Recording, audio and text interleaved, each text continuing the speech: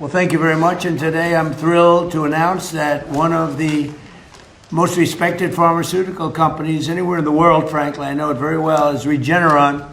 And it's agreed to offer their prescription medications at heavily discounted, most favored nation prices. In other words, their numbers will come down at levels that nobody's ever seen before. The whole most favored nation thing that we've been able to do with Bobby and Maz and everybody behind me, Marty, has been incredible. It's the biggest price reduction in drugs in history. By itself, we should win the midterms, but it doesn't work that way, unfortunately. It doesn't work that way. People forget too quickly, but we'll have it's the biggest cut in drug prices in the history of our country by many percentage points.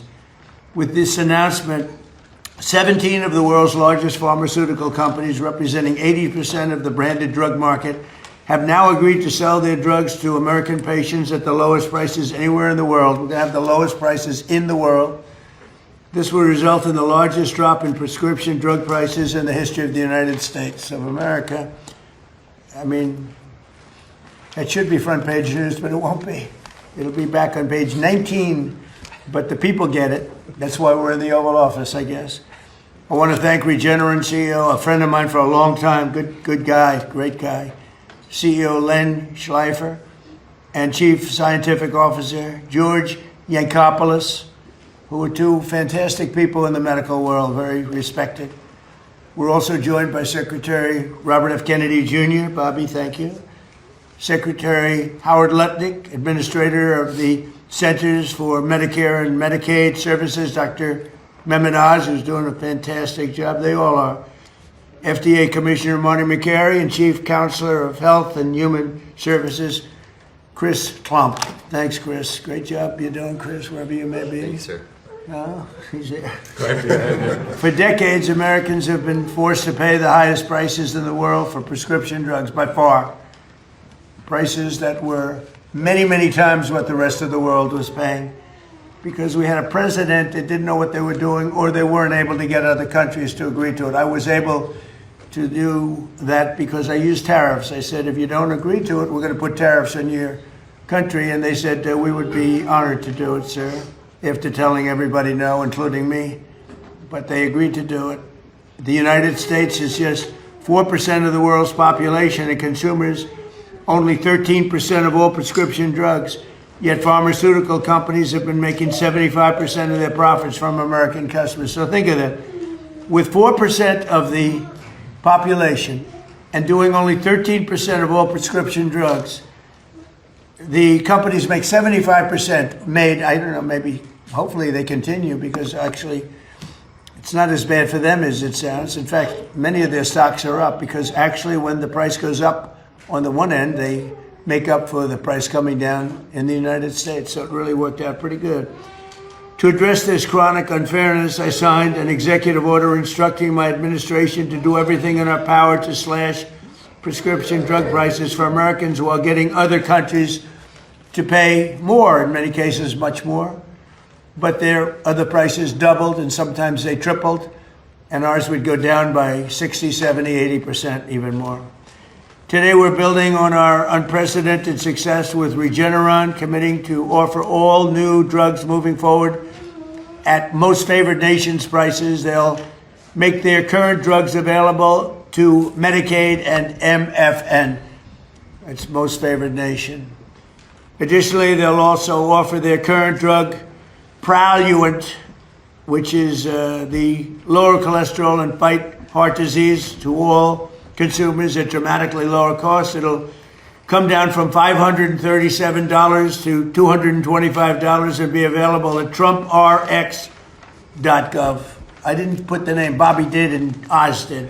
It's true, actually. Remember, I came in, I said, what's this? You like they the name? said, it'll be better. It'll sell better. Would you help us? So I now have my name on medication.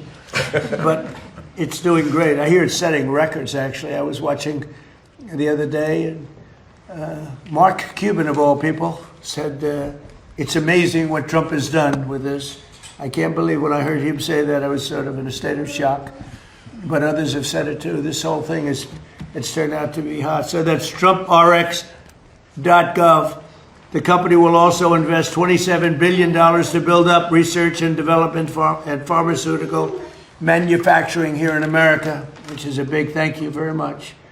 Today, I'm also announcing that the FDA has just approved a new drug from Regeneron called Otarmany, a gene therapy curing a rare disease that causes deafness. You know, people are totally deaf, and it's amazing. I've seen some work on it. It's actually hard to believe. We're going to talk about it in a minute. Normally, cures for rare diseases can cost millions of dollars, and really the results aren't that good. But in this case, I'm pleased to say that Regeneron will be giving this away for free for a period of time, for free. And here with us is 2-year-old Travis Smith. He was born deaf. Was he totally deaf? Pretty much, right? 100%. Wow. This is 100%. He was 100% deaf, but he took this miracle cure, and now he can hear his mom, Sierra, say, "I love you." And Sierra, could you maybe say a few words? That's really incredible. It's absolutely incredible. Regeneron works miracles.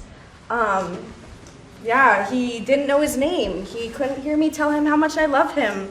And now with Regeneron and this amazing surgery, he can listen to music, and he loves it, and he loves to dance, and he loves instruments, and I'm so proud of him, and he's been so brave through all of this. And now he can hear, and he has a bright future ahead of him, and I'm so thankful to everybody on the Regeneron team. Oh, that's incredible.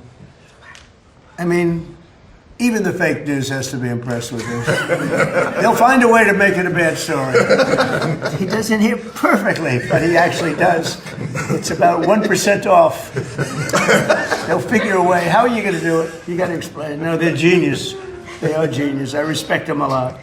But I just want to thank you, Sierra. That's incredible. Your family. Thank you for having us. He's a beautiful person, too. That's a beautiful boy. Thank you. Hi. Thank you. His life is a happier life? Oh, yeah, he is so full of energy and love now, and he was such a So serious you see baby. such a difference. Yeah, he was such a serious baby. And before that, full of fun. it's very tough for... For sure. He can't tell me what he wants or what he wants to eat or what he needs, and now he'll be able to do that. And Wow. it's life-changing. That's a great job they've done. I want to thank Regeneron and other companies for doing their part to bring down the cost of health care for all Americans. Under our Most Favored Nations agreement, we've secured gigantic discounts with price differences from 4 to 5 and even 600%. 600%.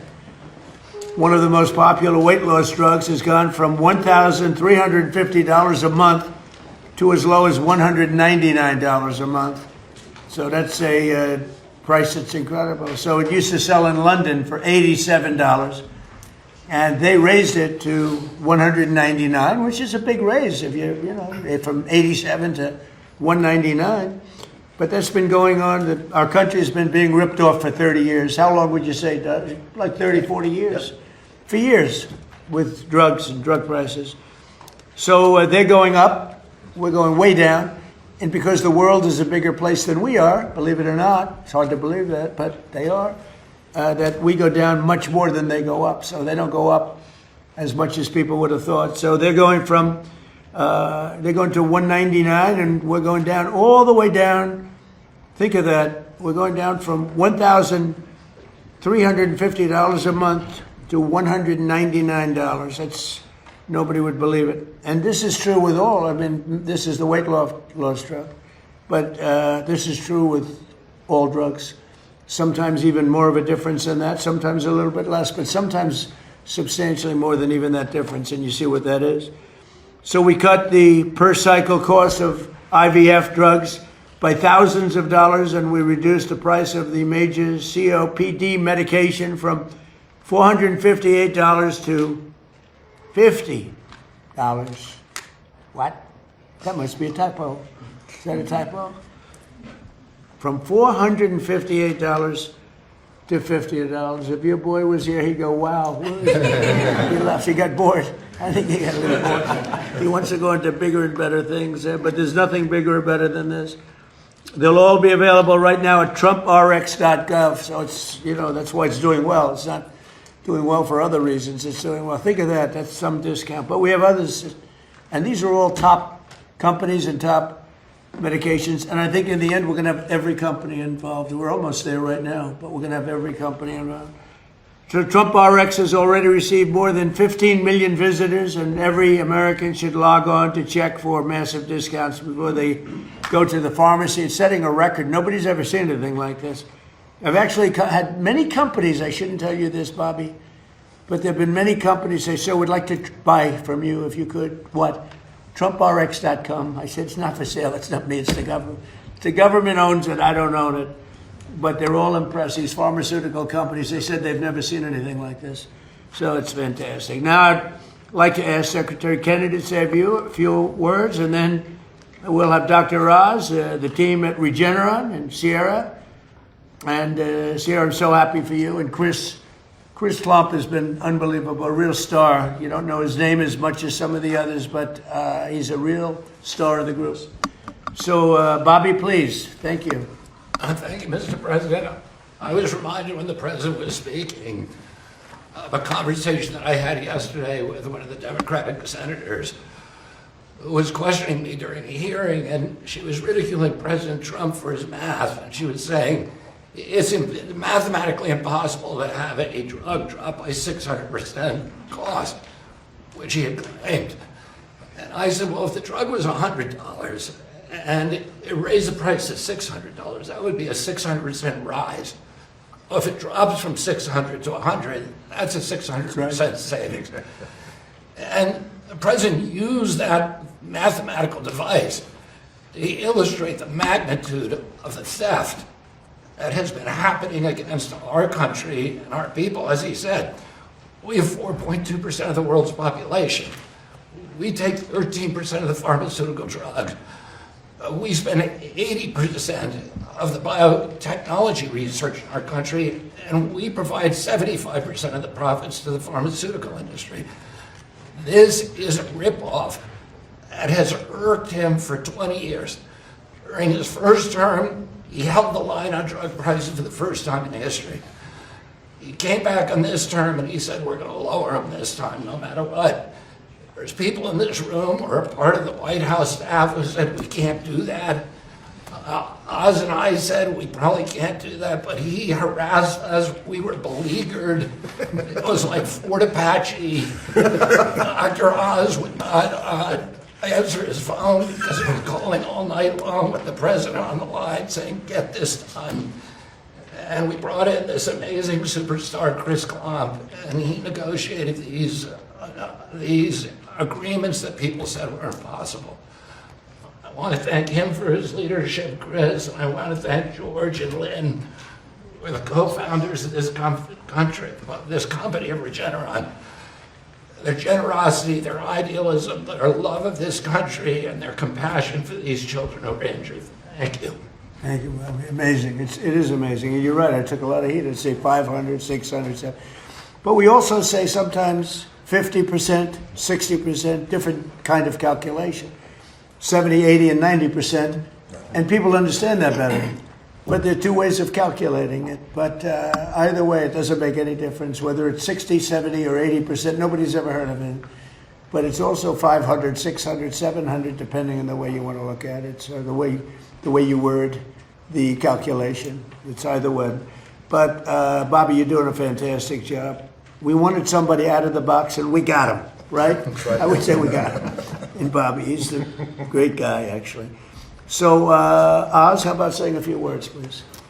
So this has been an unprecedented process. The president insisted we deal with one critical number you should all remember, which is that 1 in 3 Americans, when they go to the drugstore, after they've seen a doctor, will often leave empty-handed because they cannot afford the medications they're picking up. So affordability was the main word the president would use in many of those phone calls. He wanted it to be done fairly. We created a partnership with the pharmaceutical industry that was remarkable in that it pushed 17 massive companies into the fold to try to do deals, again, unprecedented, that would allow us to claim that they were giving the most favored nation pricing to this country, to the American people. The president would not take no for an answer. We got 16 companies in, but not the 17th. How many times do you think we spoke about the 17th company? Too much. 17. He said 17. He wanted to be 17. Whatever math you want to make, 16 is not 17. There's a reason that the 17th company was delayed. It's why they're here today. It's that beautiful young boy you saw earlier. When you can save a child's hearing, and Mr. President, we talked about a lot of numbers. Secretary Kennedy quoted 100%, 600%. It's hard to beat free. Free is the best price, and that's the starting price with the president oftentimes, and that's what this wonderful company's agreed to. I want to applaud TrumpRx.gov, a remarkable site created by Joe Gebbia. Ed Korstein has done a wonderful job with zero glitches, serving more than 10 million individual unique Americans so far. And Mr. President, it's the fastest website I've ever seen. People love it because it works well. There's all kinds of additional elements being added to it, which we'll be talking about. But this website, as the President said, must be checked if you're going to buy a medication to make sure your price is the right price. It's a transparency site that is more rigorous than anything that I have seen. And Mr. President, your name is attached to it. And of course, that brings a tremendous amount of attention to it. We wanted it to be perfect. And the team who did that has accomplished that exactly. I want to applaud Chris, because you cannot thank him enough, but it was also John Brooks, Imba Hernandez. I see Beth back there, Theo, Rugel, a bunch of people who've done a tremendous amount of work. And what I keep hearing from the pharmaceutical industry, maybe my colleagues can address it in your comments, they never expected to have a counterparty as qualified in the federal government. If you're thinking of serving your nation, this is the right time to do it. This is the right administration to serve in, because the president makes it easy to do the right thing. Gentlemen. Go ahead, Okay, please. thank you. Mr. President, Secretary Kennedy, Secretary Lutnick, Commissioner Macri, Administrator Oz, and I guess Superstar Klum. Yes. Thanks for having us here on behalf of all of Regeneron. For those of you who don't know me, I'm Dr. Len Schleifer, President and CEO of Regeneron, and with me is Dr. George Yancopoulos, President and Chief Scientific Officer of Regeneron. And together, well, I should pause there, I just realized something. I'm a president, he's a president, and all three of us grew up in Queens, New York. That's right. So there's something maybe that was going on back then that was good. I'm not sure about now. So anyway, together we founded, George and I founded Regeneron, and have built it over the past 4 decades. Today we are here. We were not pushed to be here. We are happy to be here because it marks an important step to lower drug prices. We've been arguing for more than a decade that other wealthy nations have been getting a free ride on American innovation. Just like in defense, but they've been getting in health defense a free ride. And now President Trump is putting policies in place to force these nations to pay their fair share, which will in turn lower prices for Americans. It's a good deal. But we have to remember this is just the beginning.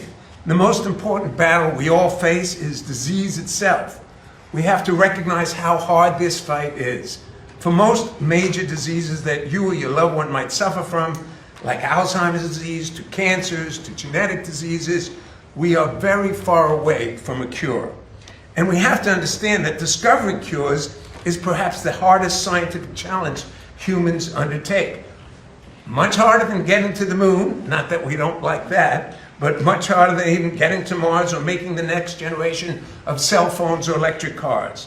Hard like staring into the unknown for years, sometimes decades, with no guarantee that anything you're doing will ever make a difference for somebody like Travis. Regeneron is a great example of both the difficulty of the challenge, but also of the potential reward. We spent 25 years and billions of dollars, not millions, billions of dollars before we produced our first important medicine, or even earned our first profit. Maybe we should have been or might have been fired, but we stuck with it. Our relentless commitment to disruptive innovation ultimately turned us into one of the most productive biotechnology companies in history.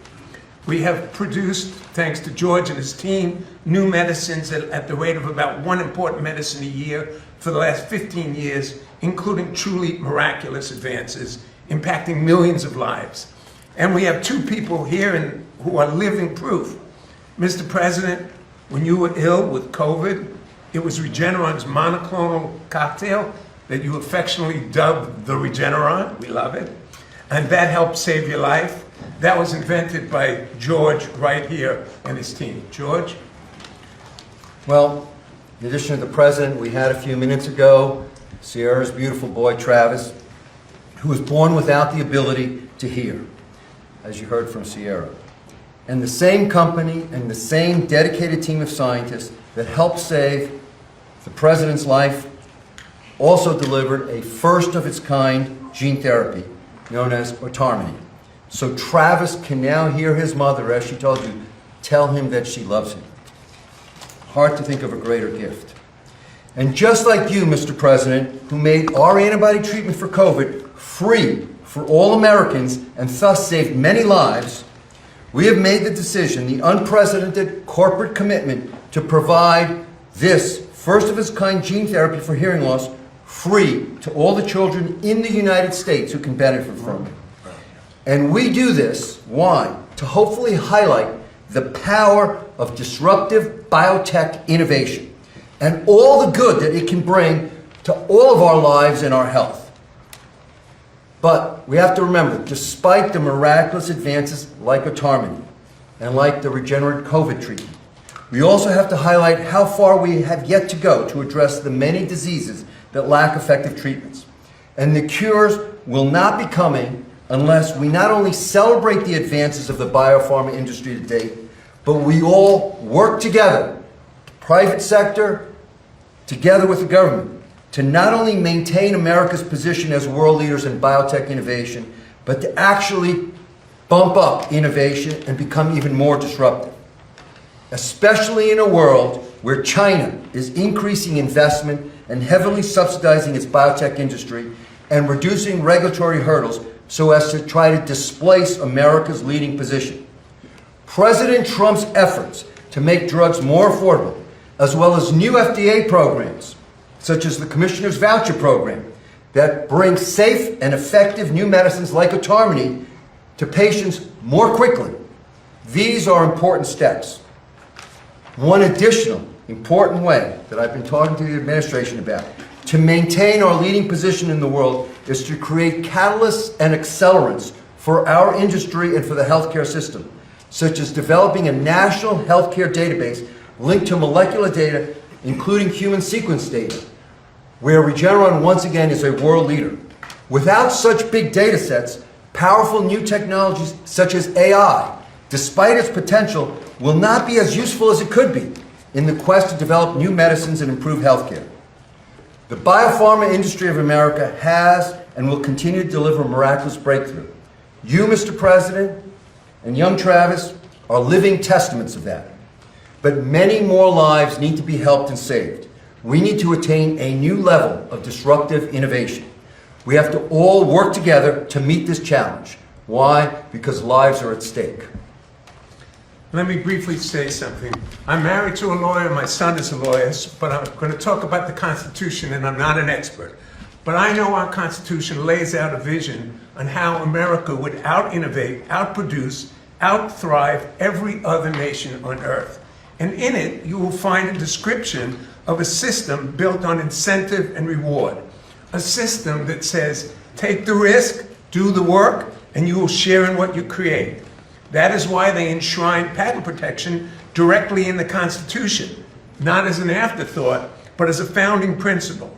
As Abraham Lincoln said, another great president, patents add the fuel of interest to the fire of genius. We must keep that fire burning. What we did here today will do that. Little Travis can now hear for the first time, and his potential is endless. Let's make sure he grows up in a country that never stops reaching for the next miracle. Thank you, Mr. President. Thank you, man. It's great to be with you again. Chris, could you say a few words, please? Thanks, Mr. President.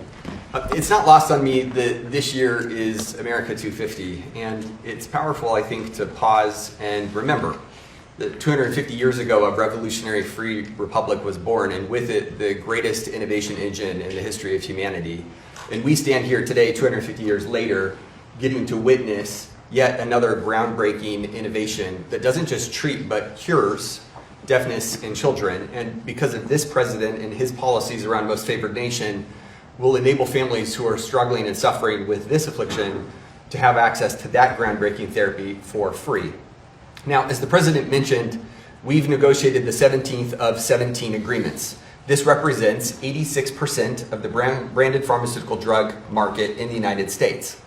But anyone who knows us knows that we're not done. That's a milestone. It's not the finish line. And so we have 3 core objectives that are next up. Number 1, and this is already underway, we are negotiating with the many hundreds of biotechnology and pharmaceutical companies representing that other 14% that are building the cures for tomorrow. To all those who are listening, I hope that we have proven that we are credible and reliable and trustworthy partners. We want to sit with you. We will listen to you. We will take the time to understand your businesses, not only as we negotiate on behalf of every American family for affordability, but also to ensure that you're best positioned to create the cures for tomorrow. Second, we continue our work on negotiating international trade agreements. 59 days after we stood in this office and President Trump, standing with Albert Bourla from Pfizer, announced the first of the 17 MFN deals, together with our colleagues from the Department of Commerce under Secretary Lutnick's leadership and from the U.S. Trade Representative's office under the leadership of Ambassador Greer, we negotiated a landmark agreement with the government of the United Kingdom in which they agreed to increase significantly the amount that they spend on branded pharmaceuticals for the first time in 26 years. That work continues with other countries. And third, we will continue our work with our partners in Congress to codify the principles that underpin these most favored nation deals so that these savings for American families and this innovation that is unleashed at the same time persists for decades to come. So that the 1 in 3 or 4 families that Dr. Oz mentioned, standing at a pharmaceutical counter or pharmacy counter right now, wrestling with the decision that no family should have to make of whether or not they can pick up their prescription because they can't afford it, will no longer be the case. And at the same time, we know that there are roughly 20,000 known diseases in the world, and we have a treatment or a cure for fewer than a quarter of those. And so this president and his policies is not only safeguarding affordability for American families, but is ensuring that we continue to bet on American exceptionalism. We bet on innovation. We bet on the principles that have taken us to this place in 250 years for the next 250 years. Thank you, Mr. President. Well, thank you, Chris. Great job you do. Maybe you want to talk about rescheduling while we're here, and just say what you're doing and the progress that you've made. Great. Well, Mr. President, today is another promise made, promise kept day. On December 18th, you signed an executive order on increasing medical marijuana and cannabidiol research, and today we delivered on that promise. The acting attorney general this morning signed an order that moves into Schedule 3 medical marijuana products that are FDA approved or that are state licensed. This is a giant move forward to implement your promise, and it's actually a campaign promise that you made. You said we're going to move into Schedule 3 to increase the research on these medical products. And just wanted everyone to know that 1, you make promises, you keep them, and 2, what does Schedule 3 mean for state licensed medical marijuana products? We will begin implementation right away of this order. It does not legalize marijuana. It makes it easy for the researchers to actually study and understand medical marijuana, especially in populations that are using it. We know that 1 in 10 seniors right now use medical marijuana in the past year, and they report that it really helps them, but we don't have the science or the understanding to guide the patients and the doctors, and so both patients and doctors are flying blind without knowing how they interact with other medications because the research has been difficult to do. And so your promise today says those state licensed medical marijuana products are now in Schedule 3, and we expect the research to significantly increase so that we can understand how to guide patients and doctors in this effort. And there will be additional actions that will come this summer to do an expedited hearing for the administrative hearing of the Department of Justice for all of marijuana to move into Schedule 3. And the Military is very happy about it, and a lot of people suffering from big problems, which this seems to be the best answer. They're very happy about it, so the rescheduling is starting, and that's a big thing, rescheduling. They kept saying, what about the rescheduling? And so, great job, I appreciate it. I want to thank Mr. and Mrs. Howard Kessler. He's one of the most successful men in the world, actually, and he had some medical difficulties, and he came upon this by accident, in a way, and he said, wow, he had to go through a lot of different medications, and he said this was the one that was much better than anything else. And so he experienced it. He didn't benefit by it other than from the standpoint that he lives a much better life now.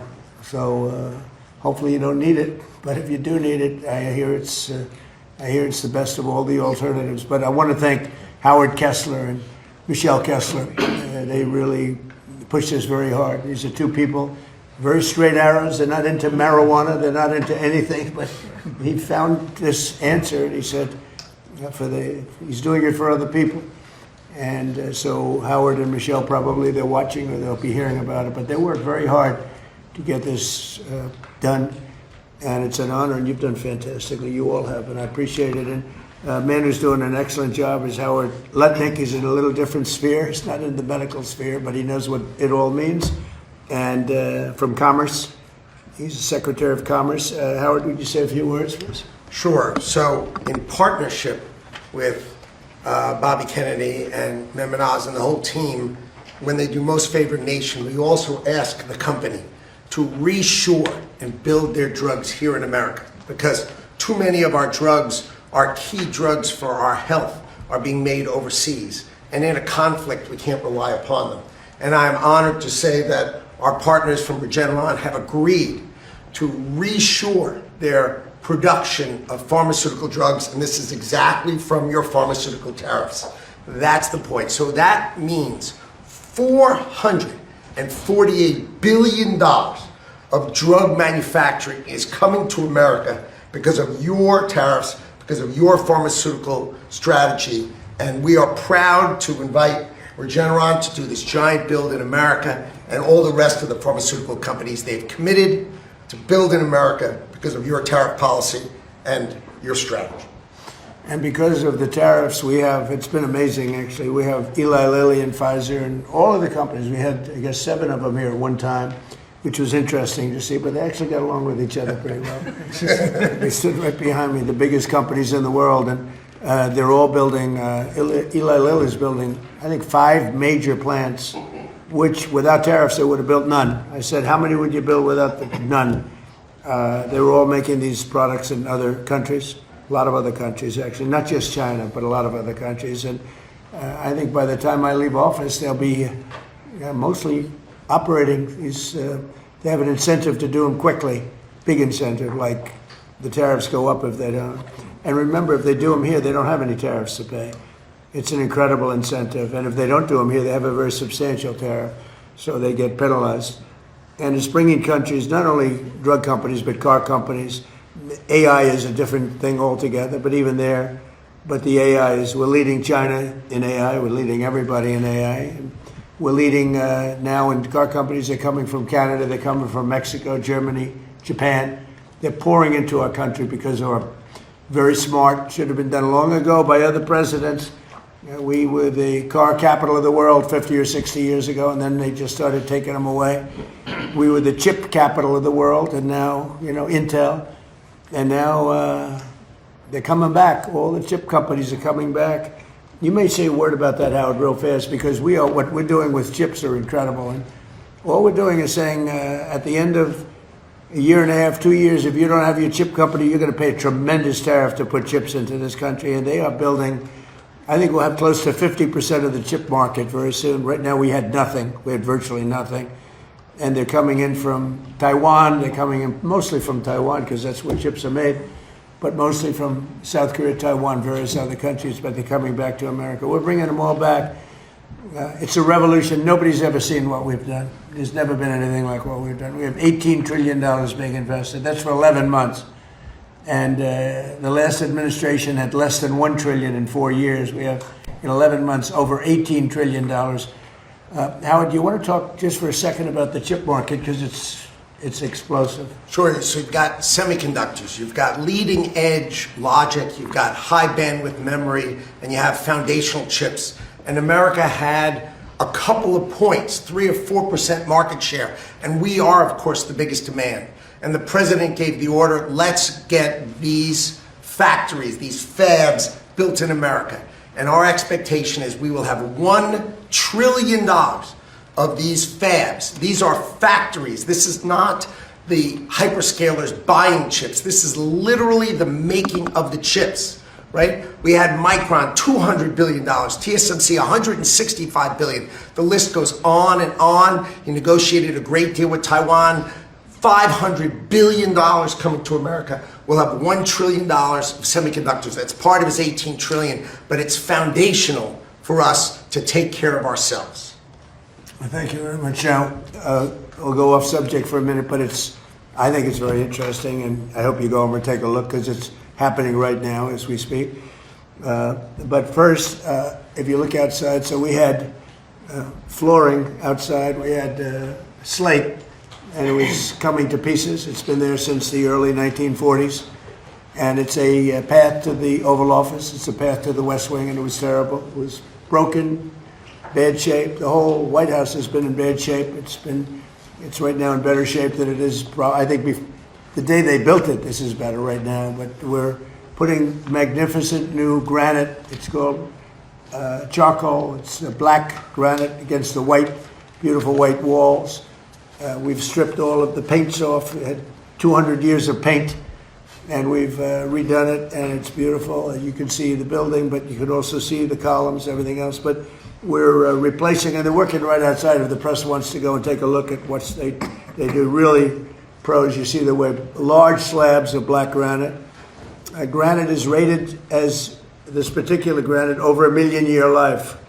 As an example, concrete gets rated for about 200 years if you get very high grade. This is it's rated over. Can you imagine? Nature produces something better than you can make. So it's very interesting. It's a beautiful job they're doing. And it's highly polished granite in the areas you don't walk on.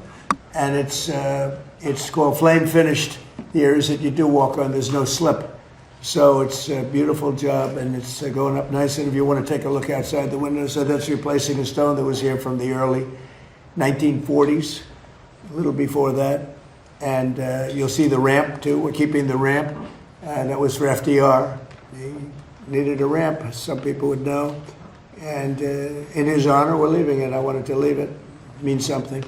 The other thing that we're doing that's taking place right now is the Lincoln Memorial has a beautiful reflecting pond or lake. They call it a pool, lake, and pond. Everything is different, but the word reflecting is a good term. It was built in 1922, and it was built out of granite and various stones on the bottom, and they never look great because that's not really meant to be a stone that's underwater for that much of a period of time. It's about 1.5 to 2 feet deep. You all know it well. That's where Martin Luther King gave his great speech, and he had 1 million people, and I had the same exact crowd, maybe a little bit more, but they said I had 25,000 people on July 4th. I have pictures of Martin Luther King's crowd, my crowd. It's the exact same, everything, but it was 70 years difference. The exact same crowd, but I actually had more people, but that's okay. They gave him 1 million people. They said 1 million people. I had 25,000 people, so. But these are the things that you get with we had on July 4th, a few years ago, first term. So you have this reflecting lake pond is incredible, but it was terrible. The condition, you all know it. A friend of mine came from Germany to see me, and he said, "Oh, we went over. It's so sad." What's sad? This is a number of months ago. He said, "It's filthy, dirty. The water's disgusting looking. It's not representative of the country."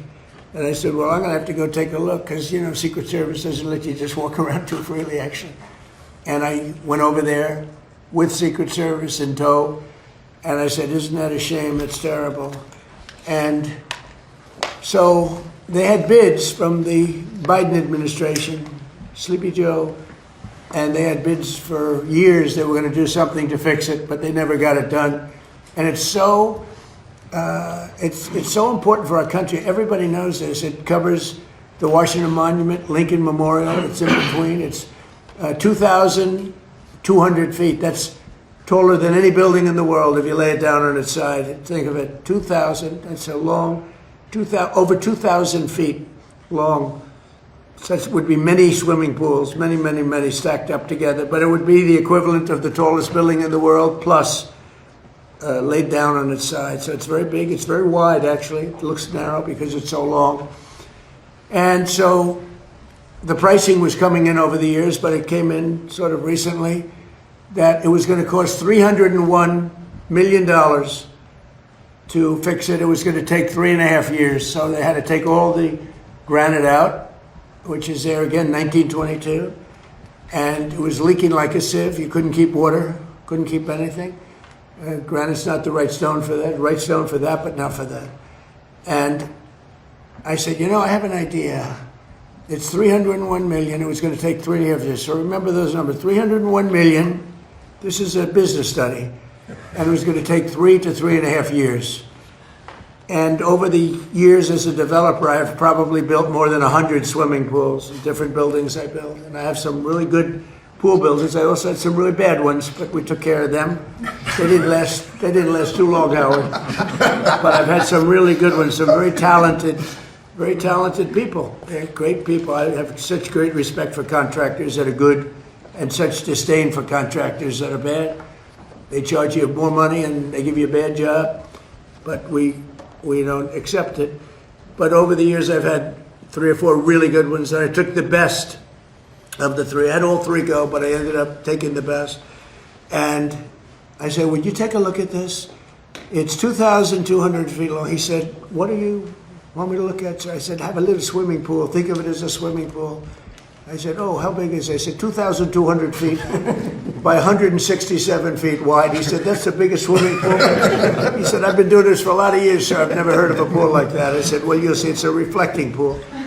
And very big signal, and very important for Washington, D.C., where we, by the way, have almost no crime, I have to say. That's maybe more important than talking about this. We have the crime down from a tremendously high, one of the worst in the country. We have almost no crime. People are walking around, restaurants are opening all over the place is bustling. But that makes this even more important. So instead of being a dirty, disgusting place where garbage was in it and everything else, and I want to give Doug Burgum incredible credit, because he was involved, the Secretary of the Interior, he was involved right from the beginning. I called him, I said, Doug, I'm getting a lot of complaints about the condition of this. What do you think? And he went over, he studied it, and he came back with some ideas. But I said, Doug, I have a guy who's unbelievable at doing swimming pools. Up the road, we have a club, we have an Olympic-sized swimming pool. He did it 20 years ago, and it's perfect to this day. So I asked him, I said, I have an idea. I'm going to send my contractor over and take a look. He looked at it, he called me up, he said, so we can do something on it. He said, it's perfect, actually. He said, it's really decaying and it's a terrible condition. But if you would, I'd like to work 2 weeks on cleaning it up, which is, if you see right here. I'd like to repoint and fix some of the joints. It won't matter because we're putting a substance over the top, but it's nice to have a nice surface. And he said, it'd take me 2 weeks. And if you don't mind, then I'd like to pour the latest and greatest filament or material, which is essentially a pool surface, but it's industrial grade pool. And he said, what color would you like, sir? I said, well, what about turquoise, like in the Bahamas? He said, well, this is Washington, sir. We can give you turquoise, but why don't you try, like, we have a color. It's called American flag blue. I said, that's the color I like. He talked me into it very easily. So he said, that's the color I like. So he came in, and remember, 3.5 years, you have to take all the granite out. Then you have to put all brand new granite in. Take years to do it. Over 300 million. Our job will take 1 week and will cost about $1.5 million. And people said, wow. And here's the only difference, because somebody said, well, the difference is, no, the difference is this is much better. This will last 30, 40, 50 years. And if it didn't, you do it again quickly if you want. So it's being done now, and I think you'd find it really amazing to go take a look. So here it is. You see the trucks. He's got scrapers and all sorts of equipment to make the stone as good as possible without removing it. So we're using the existing surface, so we don't have to spend millions of dollars in demolition. And he said, much better to leave the stone than it is what's underneath. They're afraid to look. And so you see it's beautiful, clean, it's ready to be taken care of. Here's a sign that we put. And so Doug Burgum and myself are involved in that. But when you take a look at the surface, we have it in good shape. And they just started today putting down the material. It's a machine. It lays it very evenly, beautiful. It goes from one side to the other. It'll take about 3 days. And you're going to end up with a beautiful, beautiful reflecting pool, the way it's supposed to be much better than it ever was, actually. It'll stay clean. We even have robots that go in it, and they ride around the bottom and they clean it like your swimming pool, but these are a much higher level. This is industrial grade, and it's really beautiful. So you're going to have a beautiful pool, and you'll have it for July 4th, long before July 4th. Instead of taking 3.5 years, we're taking a week. And instead of spending $301 million, we're spending less than $2 million. And I think it's a great business story, because there are many things like that that I see. I mean, not maybe to that extent, but there are many things like that I say. I often talk about the pen. This pen's better than the one that they used to give away for $2,000. I won't go on a long story about that, because a couple of people said, he kept talking about the pen. No, I gave you the whole history of it. Actually, many people found it interesting, and some people thought I was doing too much of a weave.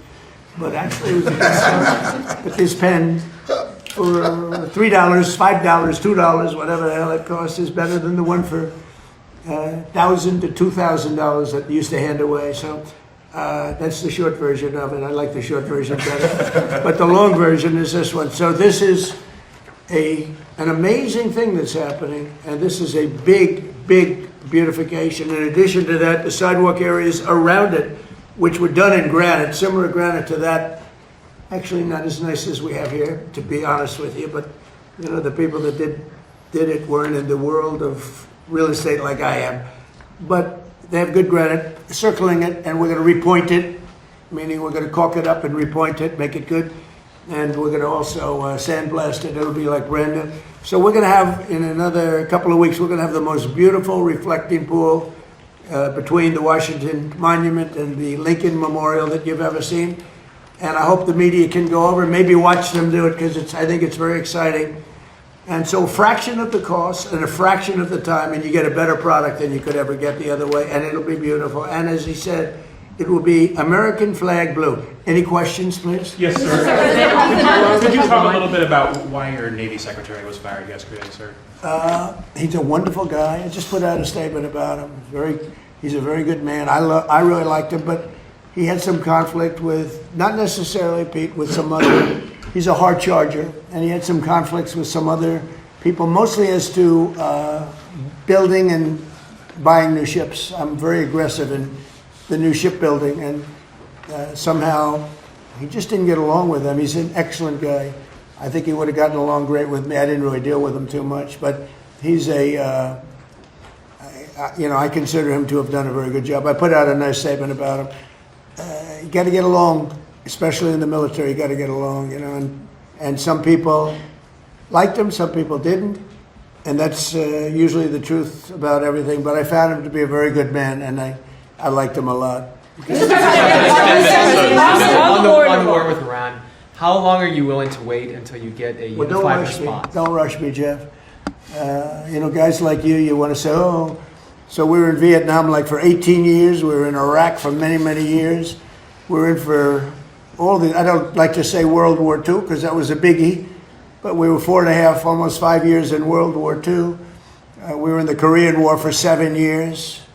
I've been doing this for 6 weeks, and their military is totally defeated. They're outside of the little wise guy ships. I call them the wise guy ships, the little boats that they have running around with guns in them. We'll take them out too when we see them.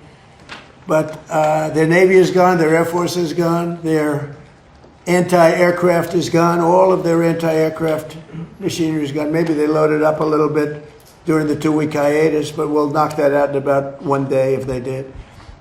We've done an amazing job. Their leaders are gone. Their leaders are all gone. Part of the problem is that, that's why I can't really answer your question, they have all new leadership and they're fighting like cats and dogs for who's going to control. Because we've created a real mess for them, but they've created a mess for the world over the last 47 years. They've killed a lot of our people. When you see a soldier, a young person, or now an older person, but a person without legs or without arms or with a face that got blown to pieces, most likely it was from Iran. It was Soleimani who I killed. Soleimani loved the roadside bomb. He was an evil genius. He was a brilliant general. Probably we wouldn't be as far advanced had I not taken him out. That was the beginning of it all. And then I ended the Obama horror show. The nuclear transaction that he made was horror. It gave him a road to the, you call it, I mean, what the deal that he did, the Iran nuclear deal, was so bad. It gave him a road to a nuclear weapon. And I will tell you, I deal with them. You cannot give Iran a nuclear weapon. This is all about a nuclear weapon. They cannot have the nuclear bomb, and they're not going to have the nuclear bomb. So we've taken out their military. We've hit about 75% of our targets. We stopped a little early because they wanted to have some peace. And we have a blockade that's 100% effective. And they're getting no business. And as you know, they're not doing well economically, financially. They're not doing any business because of the blockade. They want to make a deal. We have been speaking to them, but they don't even know who's leading the country. They're in turmoil. They're in turmoil. So we thought we'd give them a little chance to get some of their turmoil resolved. But, you know, and I hope the fake news, people like you, I hope the fake news are going to be able to write about it accurately, because when you say, oh, they're fighting very well, they're not fighting well. They've been obliterated, Jeff, obliterated. 159 ships are in their Navy. You know how many ships are at the bottom of the sea, Jeff? 159. So, you know, and if you read the New York Times, the failing New York Times, subscriptions are way down, as you know. That's because people don't believe the stuff anymore. If you watch CNN, you'd think that they're doing well in the war. They're not doing well. They're getting absolutely decimated. Now, with all of that being said, we'll see what happens. They have a lot of, we have no pressure. It's only guys like you with a question like that about what's your time. We've been doing it for 5.5 weeks. But sir, Is your administration, Mr. President? 8 weeks that the U.S. now has been involved with Iran. You had initially said it would be 4 to 6 Well, weeks. I and it hope would be that, but over. I also took a little break. I gave them a break. And remember this, I want to make the best deal. I could make a deal right now. Do you know that if I left right now, we had a tremendous success. It would take them 20 years to rebuild, but I don't want to do that. I want to have it everlasting. I want to have it where they never have a chance to get it. I mean, the way you asked that question, yeah, I did say it. I thought it would take 4 to 6 weeks, and I was right, because at the end of 6 weeks, at the end of 4 weeks, their military was decimated. So are you saying but it's now over? what I'm doing, I can't tell you that. I don't want to put that kind of a timetable on it, but it'll go pretty quickly, and we'll have the Strait opened up. Now, right now, we have it closed. We have total control of the Strait. And the fact that it's closed, you know, they would have opened it up 3 days ago. They came to us and they said, we will agree to open the Strait. And all my people were happy. Everybody was happy except me. I said, wait a minute, if we open the Strait, that means they're going to make $500 million a day. I don't want them to make $500 million a day until they settle this thing. So I'm the one that kept it closed. We have total control of it. And it'll open when they make a deal or something else happens that's very positive. But what do you say to the American public? Excuse me. What do you say to the American people who question how much longer this will take? Obviously, you know that they are having higher. You're such a disgrace. Did you hear what I just said? Vietnam. How many years was Vietnam? I understand, sir. But How you many are years past was your Vietnam? 6-week deadline, so Well, I'm I just did my wondering- I'm just wondering what you say to the American people I who are took wondering about the Iran. country out militarily in the first 4 weeks. I took it out militarily. Now all we're doing is sitting back and seeing what deal.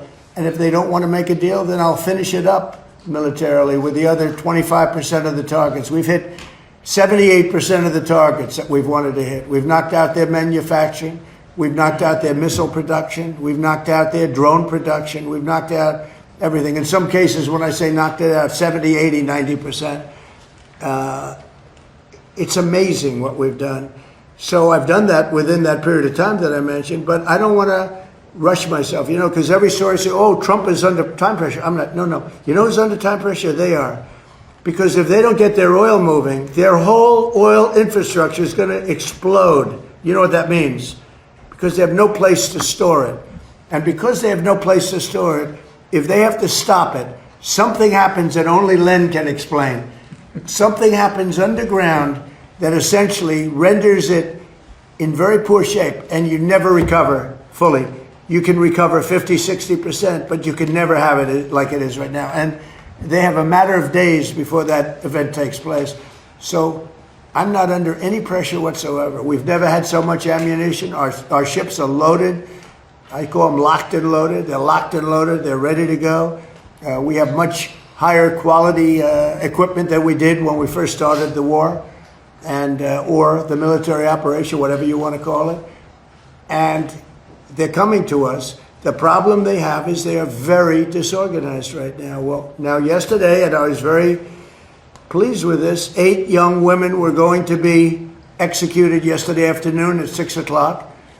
And I asked them, call it a favor or call it just a moral request that they not be executed. And they came back with an answer that they won't be executed. They're going to release, it was protesting. 8 beautiful young women, very young women. And the pictures in the paper. And it's been a story for a little while. And I saw that and I said, let's see if we can save them. And it was very nice what happened. So they're not going to be, what they're doing is, as you know, they're releasing 4 of them very shortly, and they're going to keep 4 of them in jail for a period of 1 month and release them. So they won't be executed. Yeah, please. So if you're asking for more time to sort out negotiations I'm not asking you for more time. I'm not asking for them. No, it's not more time. I'm not asking anybody for more time. If you need more time, does that mean Americans should anticipate spending more on gasoline for the foreseeable future? For a little while. And you know what they get for that? You know what they get for that? Iran without a nuclear weapon that's going to try and blow up one of our cities or blow up the entire Middle East.